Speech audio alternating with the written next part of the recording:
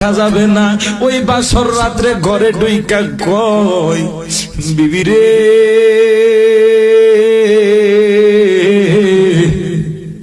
ও বিবি তোমার সাথে সংসার করা আমার পক্ষে আর সম্ভব না। আমার খাদেম রে বইলা দাও ও যেন বিবাহের কাজটা সম্পূর্ণ করে ফেলে। জোরে কোন সুবহানাল্লাহ।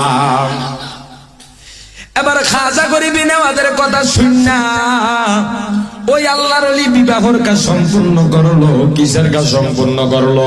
বিবাহের কাজটা সম্পূর্ণ করলো রে বন্ধু।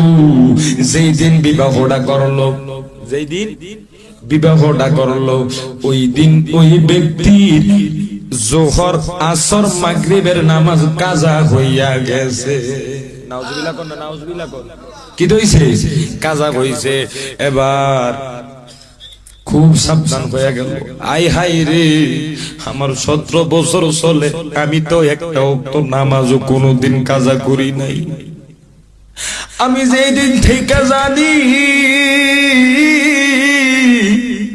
নামাজ ছাড়িলে আমার আল্লাহ আমারে ছাড়বে না, ওই দিন থেকে তো আমি একটা ওয়াক্ত নামাজও মিস দিলাম না। আজকে আমি আমার পীরের কথা শুনে বিবাহ করলাম রে। এই বিবাহ করার কারণে তো আমার 3-4 ওয়াক্ত নামাজ মিস হয়ে গেল। আমি আল্লাহর দরবারে কি জবাব দিব রে? আল্লাহ কইব বউ ভাইয়া, আল্লাহ কইব বউ ভাইয়া তুমি আমি আল্লাহর ভুইলা গেছো। না না না রে, এই বউ তো রাখা যাবে না, এই বউ তো রাখা যাবে না। ওই বাসর রাত্রে ঘরে ডুইকা কই বিবি রে,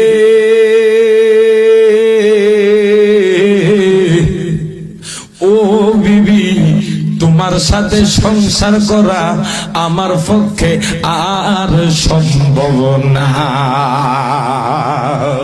সিলে কন্যা সুবহানাল্লাহ।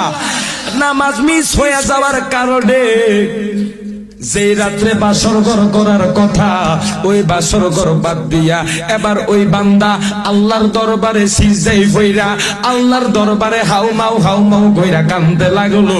মাবুদু আমি বুঝতে পারি নাই, আমি কোনোদিন বুঝতে পারি নাই। এবার বুঝেন যে বন্ধু, আল্লাহর ওলির সাথে থাকার কারণে, কার সাথে?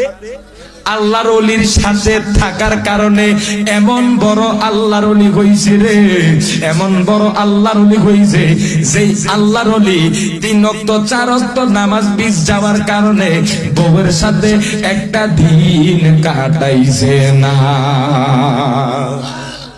আট জোরে কোন সুবহানাল্লাহ।